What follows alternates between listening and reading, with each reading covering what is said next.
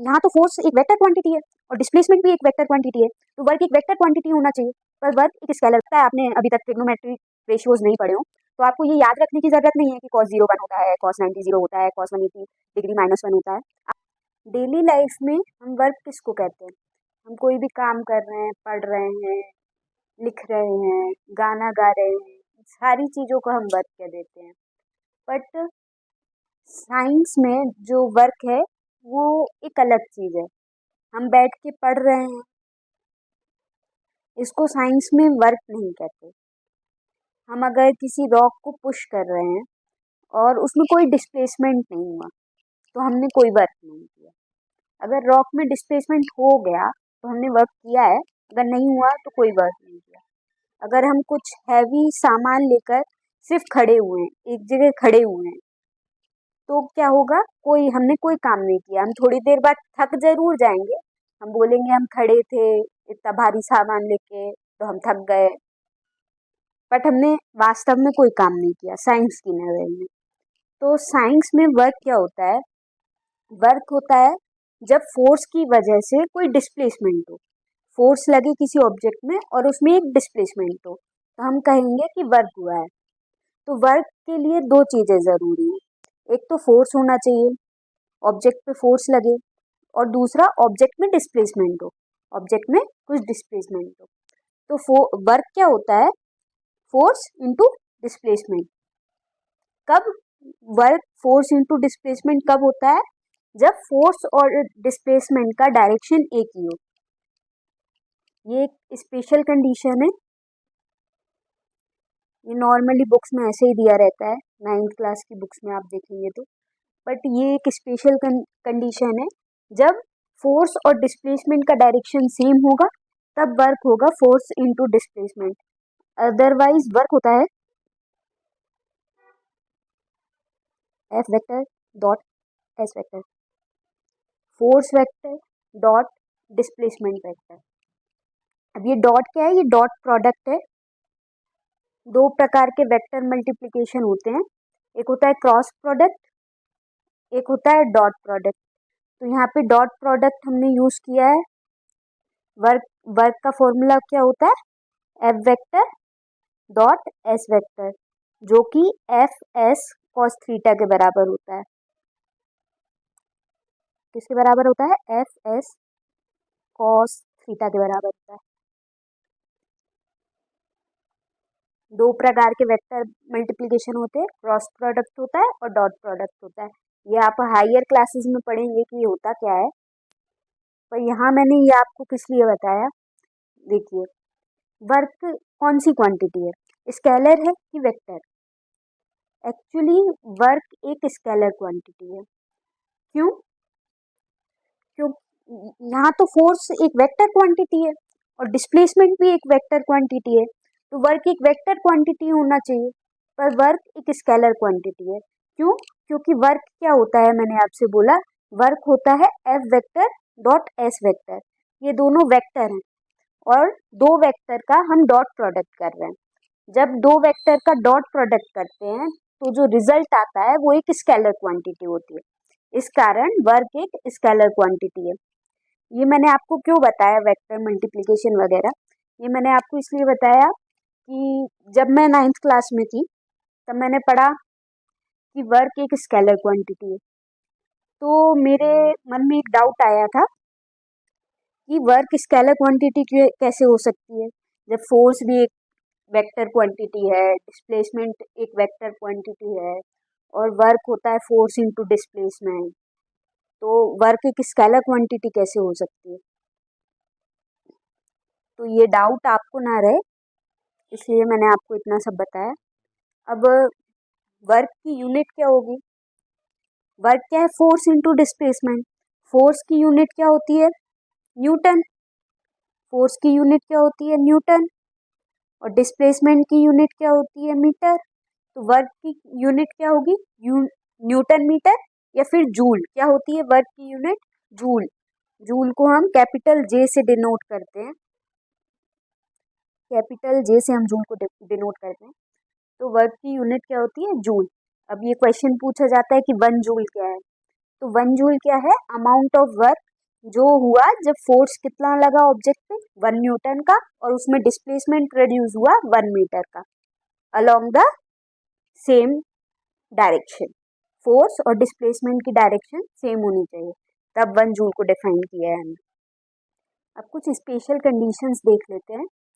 मैंने आपको बोला कि वर्क क्या होता है, एफ एस कॉस थीटा। तो जब थीटा 0 होगा तो वर्क क्या हो जाएगा, F S cos 0, F S cos theta, तो एफ एस कॉस 0। अब कॉस 0 की वैल्यू 1 होती है, कॉस 0 की वैल्यू 1 होती है, तो वर्क क्या हो गया, फोर्स इंटू डिस्प्लेसमेंट। तो जब फोर्स लगाने से डिस्प्लेसमेंट उसी डायरेक्शन में प्रोड्यूस है, जब फोर्स और डिस्प्लेसमेंट सेम डायरेक्शन में हो तो वर्क कैसा होगा, पॉजिटिव। जैसे हमने ट्रॉली को पुश की तो ट्रॉली उसी डायरेक्शन में चलती है जिस डायरेक्शन में उसको पुश किया गया, जिस डायरेक्शन में उस पर फोर्स लगा। इधर पे फोर्स और डिस्प्लेसमेंट की डायरेक्शन सेम है तो वर्क कैसा होगा, पॉजिटिव। अब जब थीटा 90 डिग्री होगा तो क्या होगा, वर्क वर्क होगा एफ एस कॉस थीटा, मतलब F S into cos 90 degree, पर कॉस 90 डिग्री 0 होता है तो वर्क 0 हो गया। तो जब फोर्स लगाया हमने, पर फोर्स और डिस्प्लेसमेंट के बीच में 90 डिग्री का एंगल बन रहा है, ये तो यहाँ पे थीटा क्या है, एंगल जो फोर्स और डिस्प्लेसमेंट के बीच में बन रहा है। तो अगर फोर्स और डिस्प्लेसमेंट के बीच में 90 डिग्री का एंगल बन रहा है तो क्या होगा, 0 वर्क होगा, कोई वर्क नहीं होगा।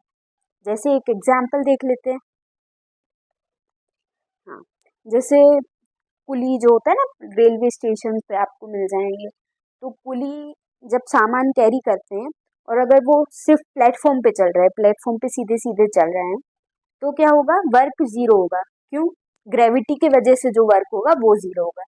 क्यों, ऑब्जेक्ट का वेट जो है, ग्रेविटी की वजह से जो फोर्स है, ऑब्जेक्ट का जो वेट है वो नीचे की साइड लगेगा, और डिस्प्लेसमेंट क्या हो रहा है, वो सीधा सीधा चल रहा है, डिस्प्लेसमेंट आगे की साइड लग रहा है। तो इन दोनों के बीच में एंगल कितना है, 90 डिग्री।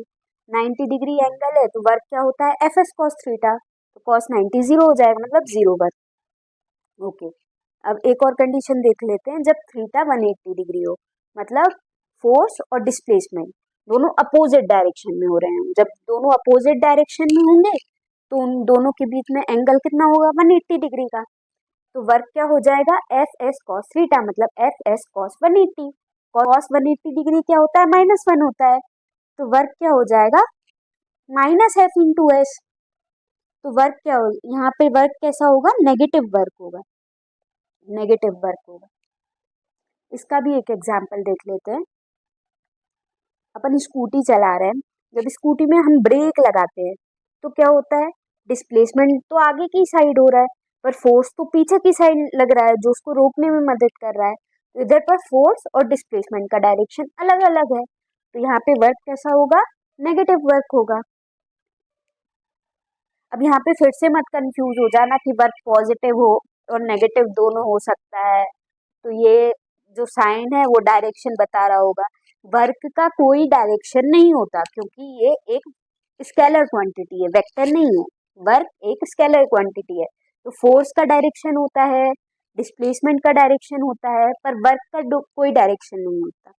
हम ये बोल सकते हैं किसी ऑब्जेक्ट पे हमने किस साइड फोर्स लगाया, ये बता सकते हैं कि उस पे फोर्स लगाने पे डिस्प्लेसमेंट किस साइड हुआ, पर हम ये नहीं बोल सकते कि वर्क किस किस साइड हुआ। समझ रहे हैं, वर्क एक स्केलर क्वांटिटी है। अब ये जो तीनों कंडीशन है, अब हो सकता है आपने अभी तक ट्रिग्नोमेट्रिक रेशियोज नहीं पढ़े हो, तो आपको ये याद रखने की जरूरत नहीं है कि cos 0 1 होता है, cos 90 0 होता है, cos 180 डिग्री -1 होता है।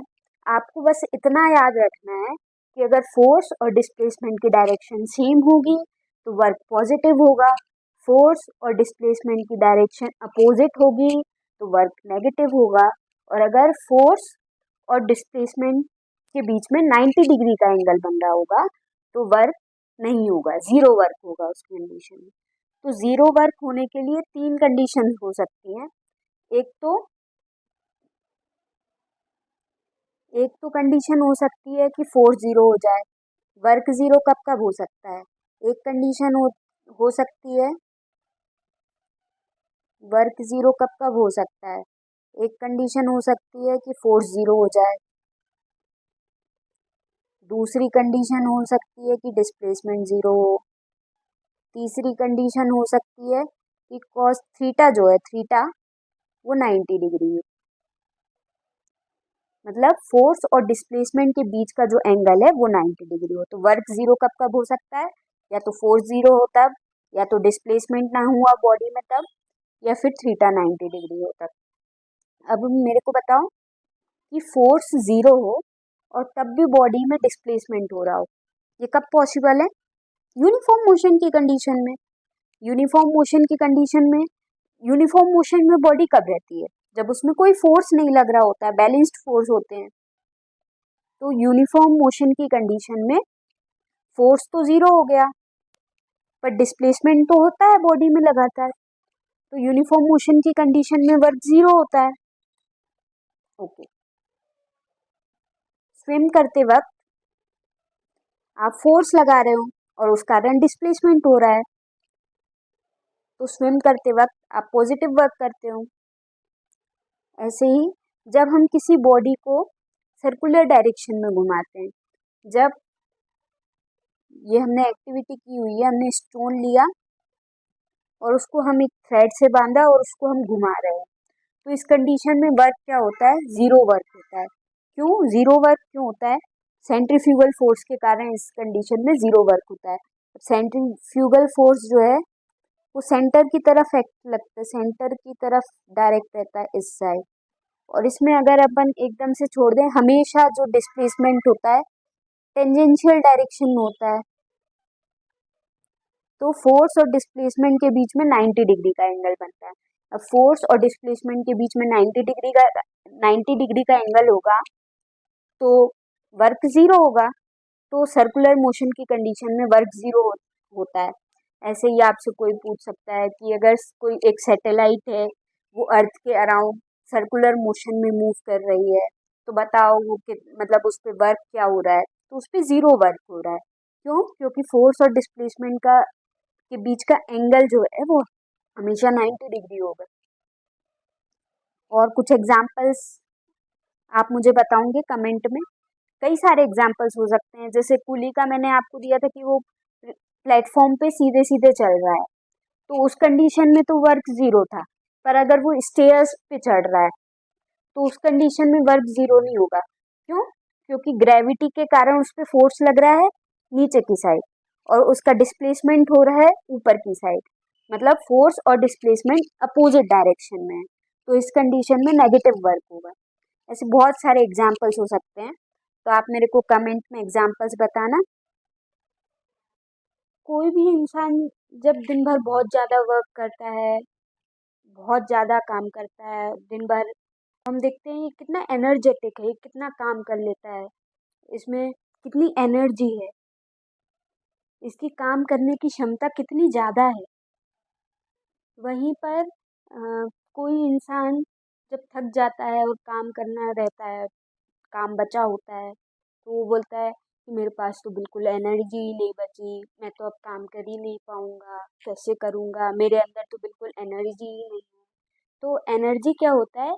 एनर्जी यही होता है, capacity to do work is called energy. Energy क्या है? Capacity to do work.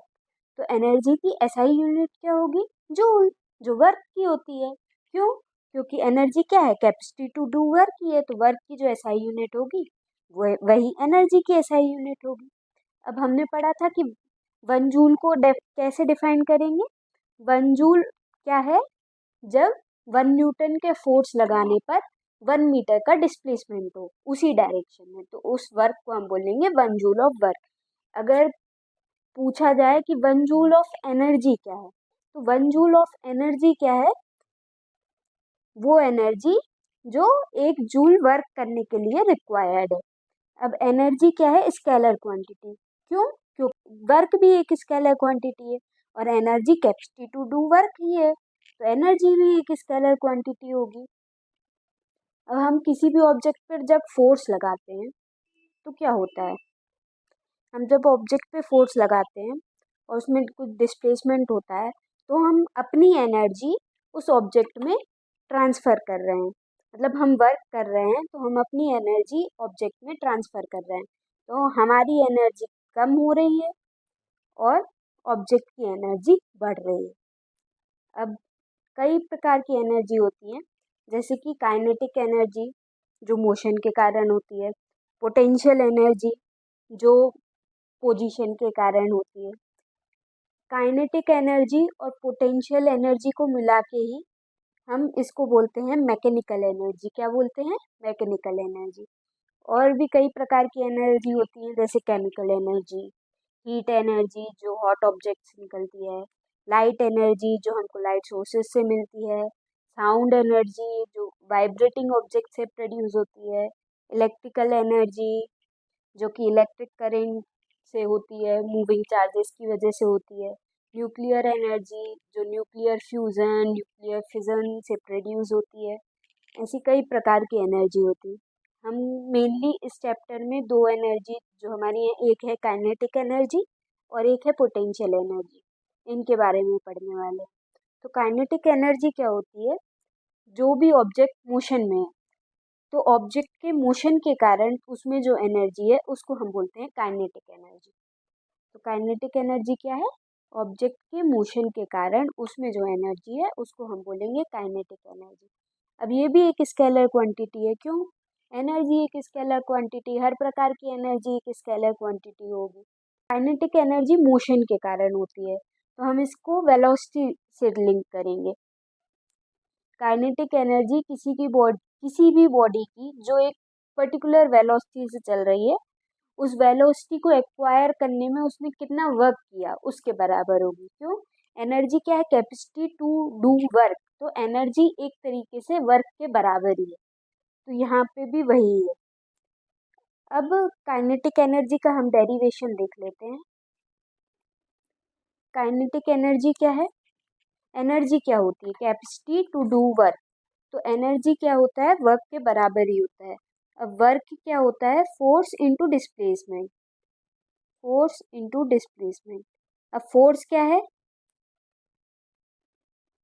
Mass into acceleration.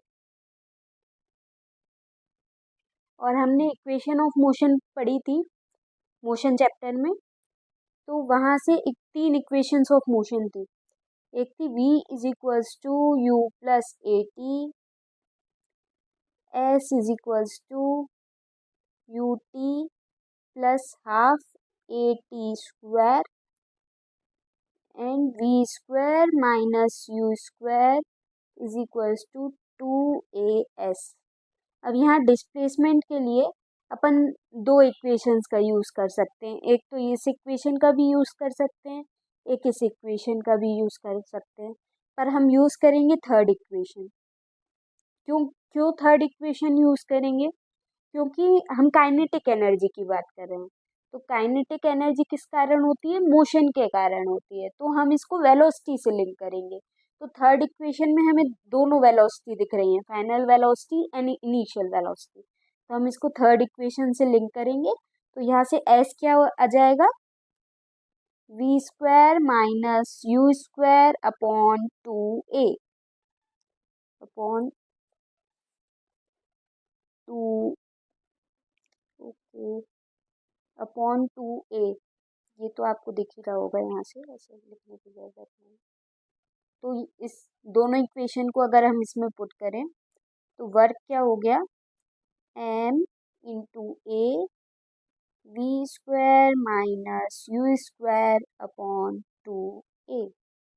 Okay, ये a से a कैंसिल हो गया, तो ये क्या हो गया? Half m V square minus U square. अब अगर इनिशियल वेलोसिटी ज़ीरो है, इनिशियल वेलोसिटी ज़ीरो है, ऑब्जेक्ट रेस्ट पे से चलना शुरू कर रहा है, तो क्या होगा? इधर पे u अपन ज़ीरो रख देंगे। वर्क क्या है? एक तरीके से काइनेटिक एनर्जी ही है, यहाँ पर अपन काइनेटिक एनर्जी की बात कर रहे हैं। इनिशियल वेलोसिटी ज़ीरो है, अगर u इक्वल्स टू ज़ीरो है, ऑब्जेक्ट रेस्ट से चालू हो रहा है, तो काइनेटिक एनर्जी कितनी हो जाएगी? Half m v square. हो गया हमारा फॉर्मूला डिराइव। ये फॉर्मूला याद रखना है। अब यहाँ पर देखो, यहाँ पे वर्क क्या आ रहा है, half M V square minus half M U square. तो वर्क क्या हो गया, फाइनल काइनेटिक एनर्जी, अच्छे से लिखा नहीं रहा है यहाँ पे, final kinetic energy minus initial kinetic energy.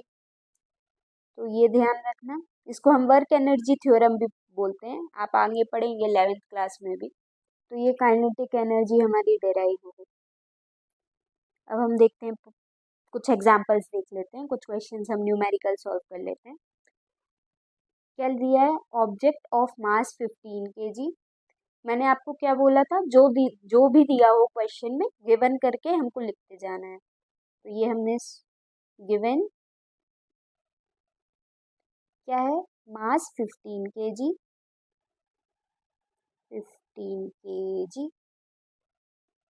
Moving with uniform velocity of 4 metre per second. यहाँ पे वेलोसिटी क्या है, 4 metre per second. What is the kinetic energy, तो डायरेक्ट फॉर्मूला लगाना है, यहाँ तो कुछ करवाने की ज़रूरत ही नहीं थी इसको, half M V square, formula लगा देंगे, 1/2 इंटू 15 इंटू 4 का स्क्वायर दैट इज 16, 15 8 जा 120। तो काइनेटिक एनर्जी कितनी हो गई, 120 जूल। एनर्जी की ऐसा यूनिट क्या होती है, जूल, जो वर्क की होती है। तो काइनेटिक एनर्जी कितनी हो गई, 120 जूल। एक एग्जांपल और देख लेते हैं। अब ये क्या है, what is the work to be done, what is the work to be done to increase the velocity of a car.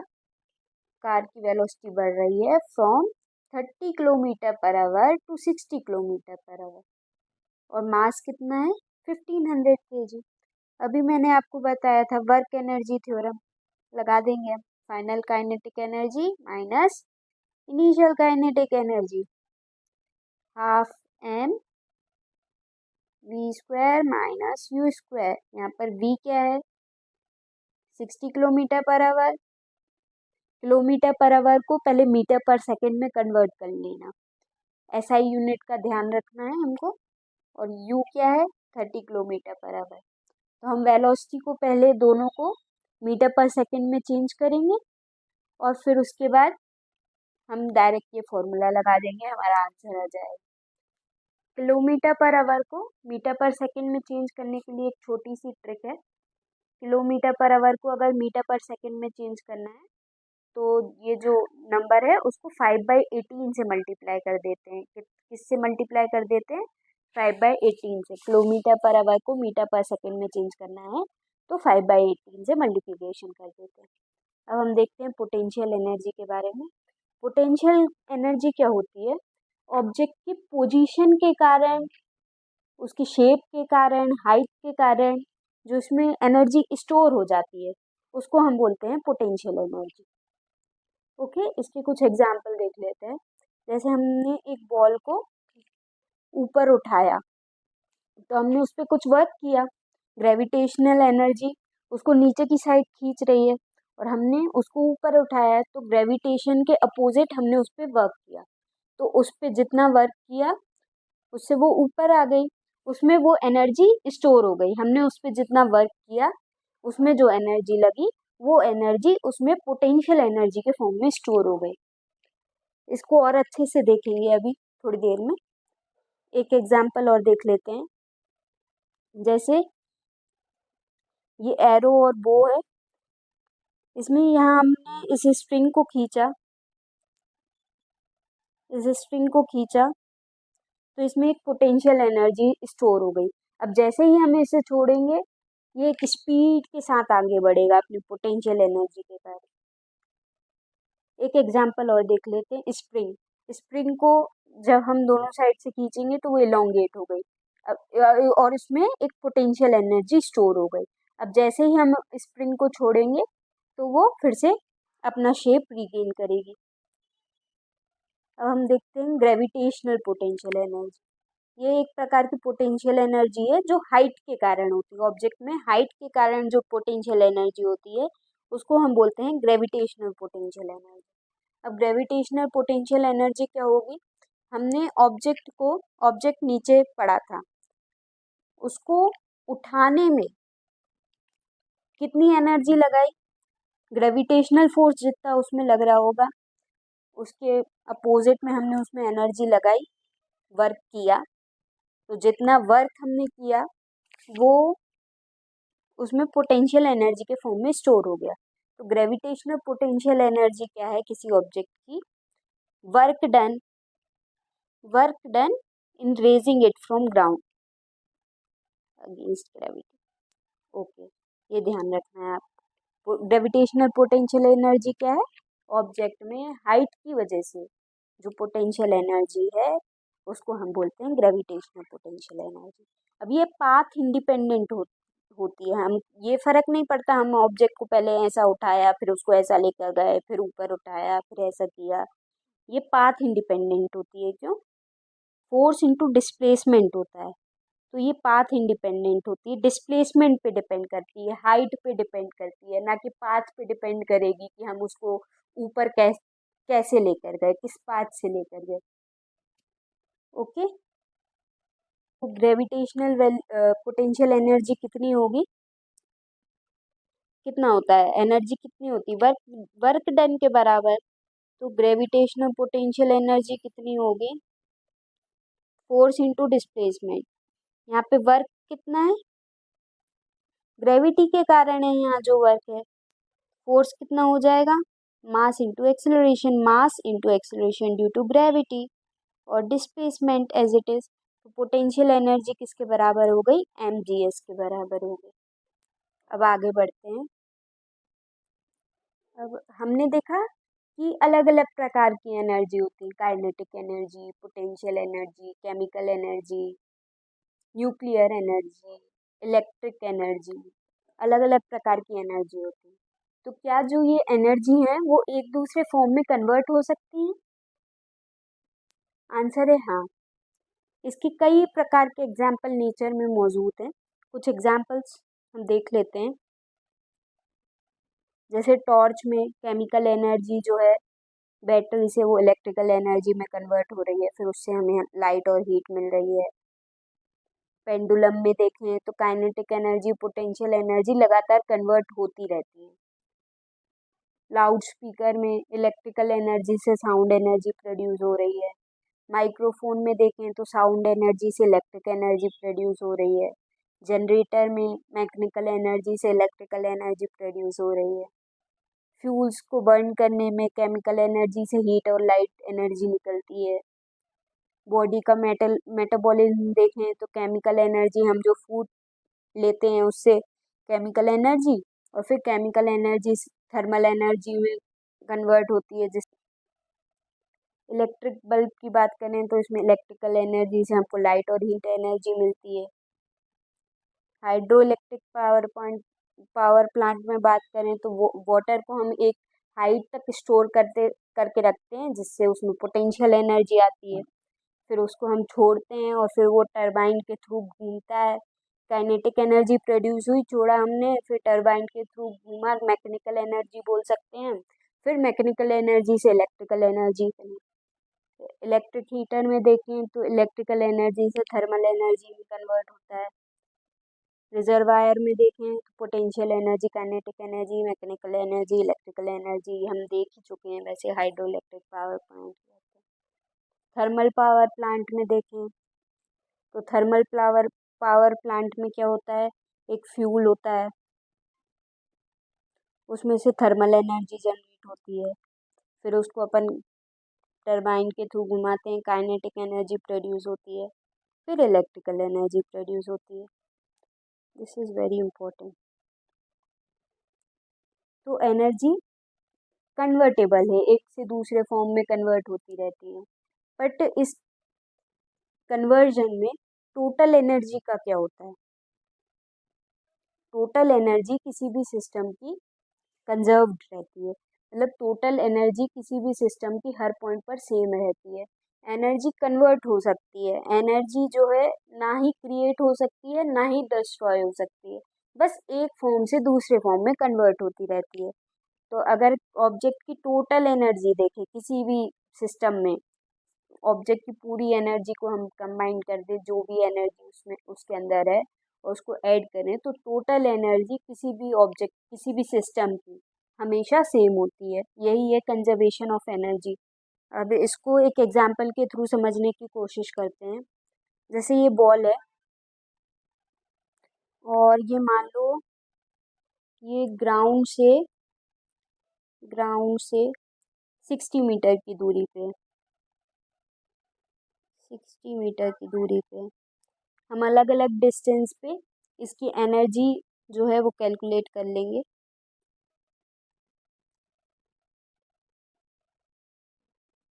ये 20 मीटर का डिस्टेंस है, ये 20 मीटर का डिस्टेंस है और ये 20 मीटर का डिस्टेंस है।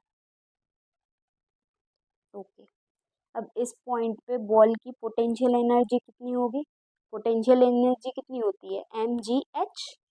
तो इसको अगर हम कैलकुलेट करें, अगर ये बॉल का मास मान लीजिए 1 kg है, 1 kg है, 10 kg जितना आपको लेना हो, बॉल का मास मान लीजिए 1 kg है, तो इसकी पोटेंशियल एनर्जी कितनी होगी? mgh 1 into acceleration due to gravity कितना होता है? 9.8 metre per second square into height कितनी है? 20 मीटर।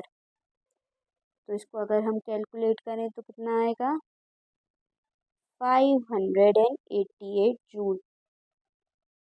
तो इस पॉइंट पे ऑब्जेक्ट की पोटेंशियल एनर्जी कितनी है? 588 जूल।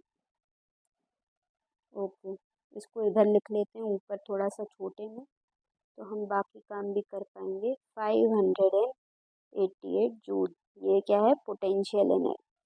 Potential energy. अब इस पॉइंट पे काइनेटिक एनर्जी निकालें तो क्या होगी?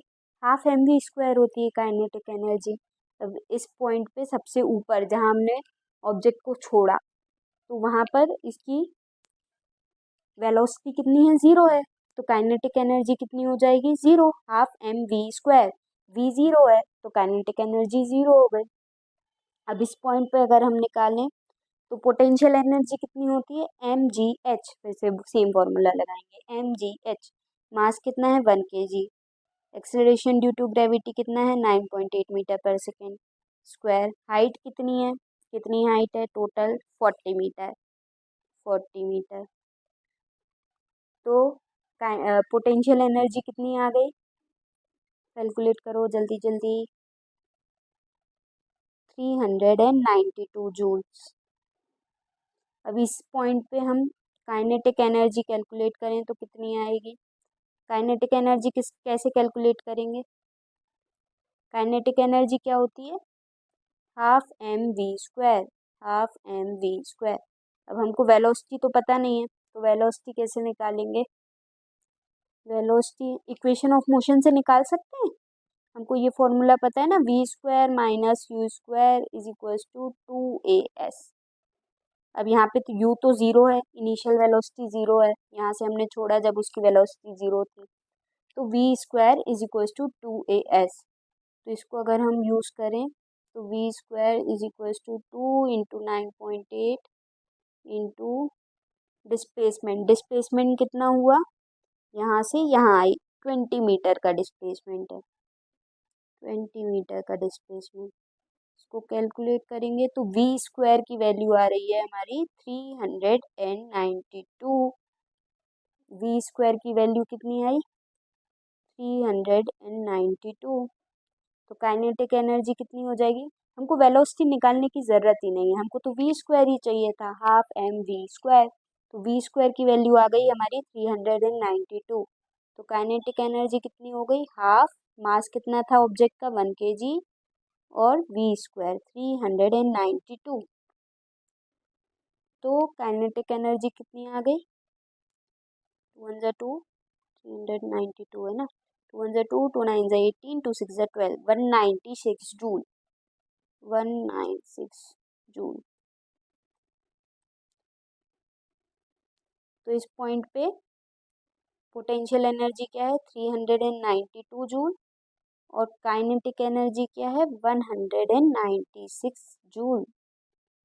और अगर ऐसे ही इस पॉइंट पे निकालें तो काइनेटिक एनर्जी वही mgh 1 × 9.8 × 20 कितना आ जाएगा 9.8 × 2 98 × 2 196 जूल 196 जूल। और काइनेटिक एनर्जी अगर हम कैलकुलेट करें ½ mv²। v कैसे निकालेंगे v² अपन सेम इसी फॉर्मूले से निकाल लेंगे इक्वेशन ऑफ मोशन से v² - v² = 2as। अब निकालना आप तो आप देखोगे यहाँ पर अपनी आएगी काइनेटिक एनर्जी 392 जूल। और लास्ट पॉइंट पे यहाँ पे तो पोटेंशियल एनर्जी 0 हो जाएगी क्योंकि हाइट 0 है, तो पूरी एनर्जी जो है वो काइनेटिक एनर्जी में कन्वर्ट हो जाएगी। अब यहाँ पे हर पॉइंट पे आप देखो हमने यहाँ पे कैलकुलेट भी किया, हर पॉइंट पे आप देखो kinetic energy plus potential energy इनका जो सम है वो सेम ही आ रहा है 588 joule plus 0 588 joule 392 joule plus 196 joule 588 joule 196 joule plus 392 joule 588 joule 0 plus 588 joule 588 joule. तो टोटल एनर्जी जो है ये सिस्टम जो है ये नीचे से ऊपर से जो बॉल गिर रही है इसमें टोटल एनर्जी कितनी आ रही है 588 जूल और वो हर पॉइंट पे सेम आ रही है। पोटेंशियल एनर्जी धीरे धीरे काइनेटिक एनर्जी में कन्वर्ट होती जा रही है पर जो टोटल एनर्जी है सिस्टम की वो हर पॉइंट पे 588 जूल आती है। यही है conservation of energy. Conservation of energy यही बोलता है कि टोटल एनर्जी जो है सिस्टम की वो कंजर्व्ड रहती है। तो एनर्जी ना ही क्रिएट हो सकती है ना ही डिस्ट्रॉय हो सकती है, बस वो एक फॉर्म से दूसरे फॉर्म में कन्वर्ट होती रहती है। अब हम कुछ न्यूमेरिकल्स भी कर लेते हैं, थोड़े से छूट गए थे मेरे से। हाँ, energy possessed by an object of mass 10 kg।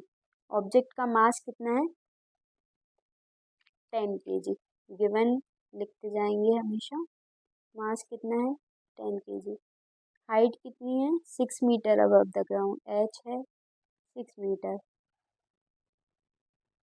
Energy निकालनी है, मास दिया है, हाइट दिया है और एक्सेलरेशन ड्यू टू ग्रेविटी दिया है। mgh सीधा फॉर्मूला लगा देंगे, कुछ भी नहीं करना है, तो ये आप खुद करना, डायरेक्ट फॉर्मूला कैलकुलेशन ही करनी है बस।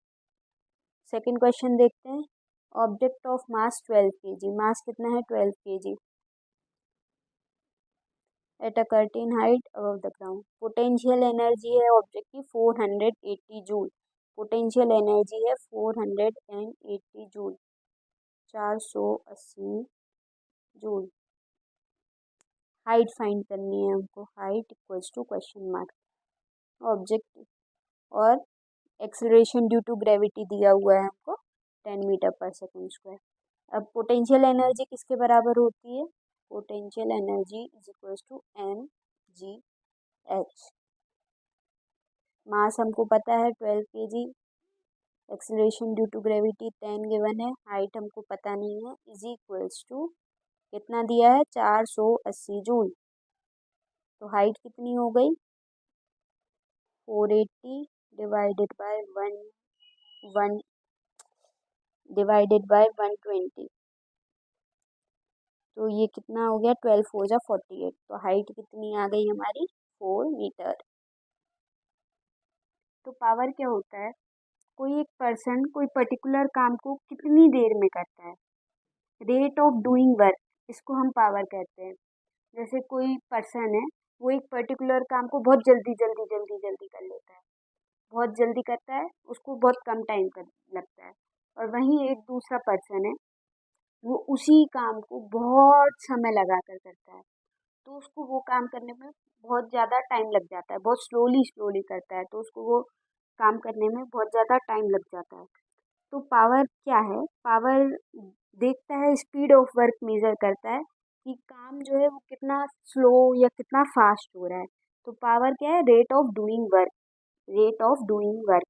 तो पावर क्या होगा, वर्क अपॉन टाइम। अब पावर की एसआई यूनिट क्या होगी, वर्क की एसआई यूनिट क्या होती है, जूल, और टाइम की एसआई यूनिट क्या होती है, सेकेंड। तो पावर की एसआई यूनिट क्या होगी, जूल पर सेकेंड या फिर वॉट। एक साइंटिस्ट थे जेम्स वॉट, उनके नाम पर ये यूनिट रखी गई है। तो 1 वॉट क्या है, जब 1 जूल का वर्क हो 1 सेकेंड में, 1 जूल का वर्क अगर 1 सेकेंड में होता है तो जो पावर कंज्यूम होता है उसको अपन क्या कहते हैं, 1 वॉट ऑफ पावर।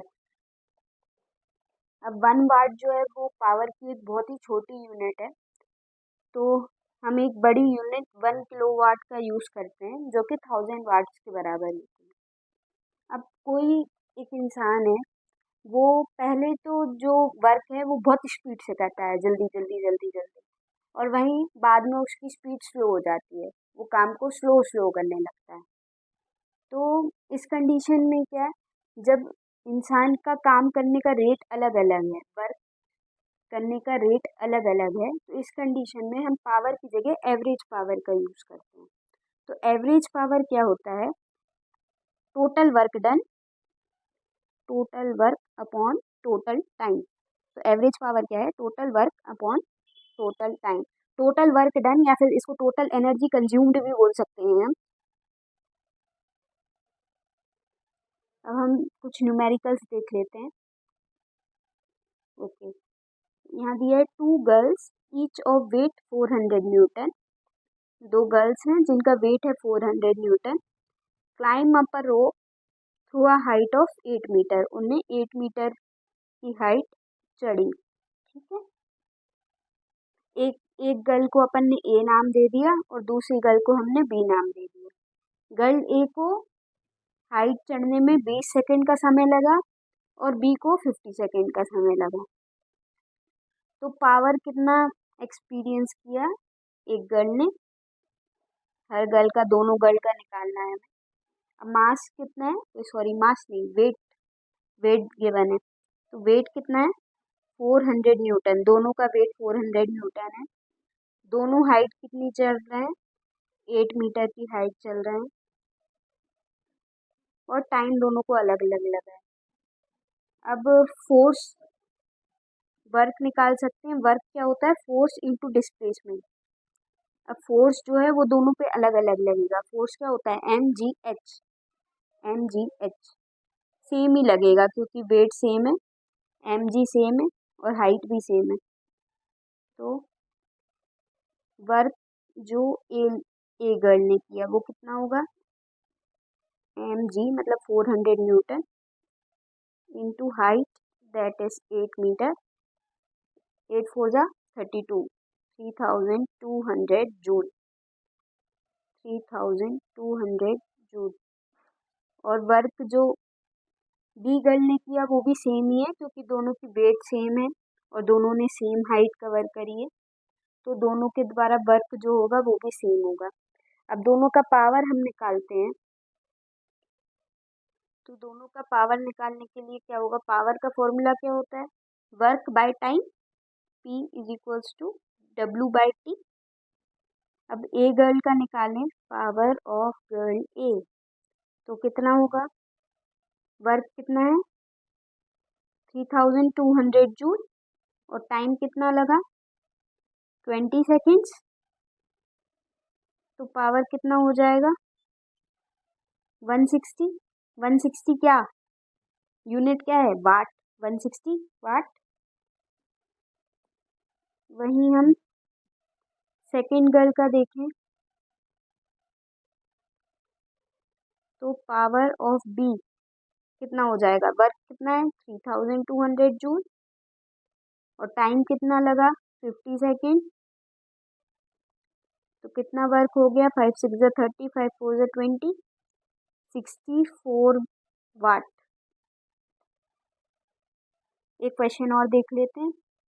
इसमें क्या दिया है, a boy of mass 50 kg, मास कितना है बॉय का 50 kg, इधर मास गिवन है, उधर पर वेट हमको दिया हुआ था। Runs up a staircase of 45 steps in 9 cases, उसने सीढ़ियाँ चढ़ी हैं, कितनी सीढ़ियाँ 45 सीढ़ियाँ 9 सेकेंड में, हमको टाइम दिया है 9 सेकेंड, और 45 स्टेप्स उसने चढ़ी हैं, और हर स्टेप की हाइट दी है 15 सेंटीमीटर। तो टोटल उसने कितनी हाइट कवर की है ये हम निकाल लेते हैं। 45 स्टेप्स और हर स्टेप की हाइट 15 सेंटीमीटर। अब ये सेंटीमीटर में है तो इसको मीटर में हमको कन्वर्ट करना पड़ेगा एसआई यूनिट में लाने के लिए। तो 1 मीटर कितना होता है 100 सेंटीमीटर, तो 1 सेंटीमीटर हो जाएगा 1/100 मीटर। तो 45 इंटू 15 अपॉन 100 मीटर, तो ये कितना आ गया 5 3 जा 15, 5 2 जा 10, 20। इसको अब आप सॉल्व करोगे तो ये आएगा 6.75 मीटर। हाइट पता चल गई हमको, मास पता है, हाइट पता है, टाइम पता है, सब कुछ पता चल चुका है। अब हम कैलकुलेशन करते हैं।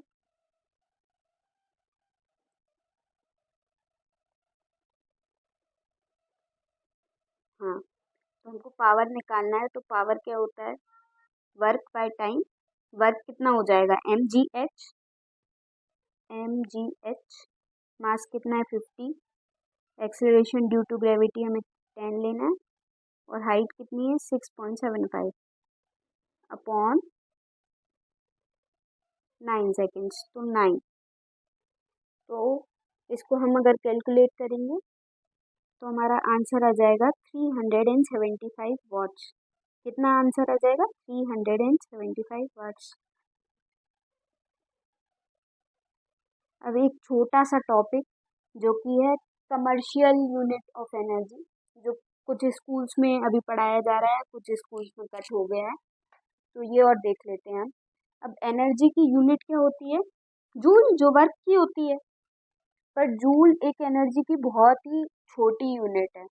तो कमर्शियल यूज़ के लिए, रेगुलर यूज़ के लिए हम जूल का यूज़ नहीं करते हैं।